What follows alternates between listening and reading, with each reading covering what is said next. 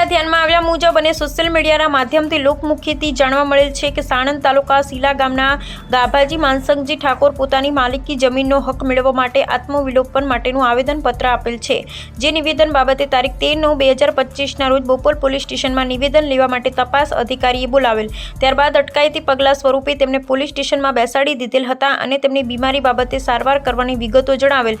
ત્યારબાદ રાતના 10 વાગ્યાની આસપાસ ગાભાજી માનસંગજી ઠાકોરની તબિયત બગડતા બોપલ પોલીસ સ્ટેશનમાં 108 બોલાવી સોલા સિવિલ હોસ્પિટલમાં સારવાર માટે લઈ જવામાં આવ્યા। સારવાર બાદ ગાભાજી ઠાકોર પોલીસ સ્ટેશનમાં પરત ગયેલ છે। ગાભાજી ક્યાં ગયેલ છે તેની અત્યાર સુધી કોઈ જ ખબર નથી। ગાભાજીને સારવાર કરવા હોસ્પિટલમાં લઈ ગયા ત્યારે શું પોલીસ સાથે હશે કે નહીં? ગાભાજી માનસંગજી ઠાકોર આત્મવિલોપન કરવા માટે પૂર્વ તૈયારી કરેલ હતી તો શું પોલીસ તેમને શોધી લાવશે? શું આત્મવિલોપન તો નહીં કરી લે? આવા બધા અનેક પ્રશ્નો તેમના પરિવારને સતાવી રહ્યા છે। તેમનો પરિવાર હાલમાં ખૂબ જ ગભરાઈ ગયેલ હોય અને ગાભાજીની શોધખોળ કરી રહેલ છે। જય હિન્દ, જય ભારત। લી ચૌહાણ, લાલસિંહ, જસવંતસિંહ, મુકામ પોસ્ટ લવાડ, તાલુકો દહેગામ। આ નિવેદન જે હાથી સંભળાવ્યું તે મારા મિત્ર છે અરવિંદભાઈ અજુરસિંહ ચૌહાણ, ગામ લવાડ, અને જે તે નિવેદન આપ્યું તે સાચું છે અને હકીકતમાં જે સાચી હકીકત છે એ મારા મિત્રએ સાચી હકીકત બતાવી છે।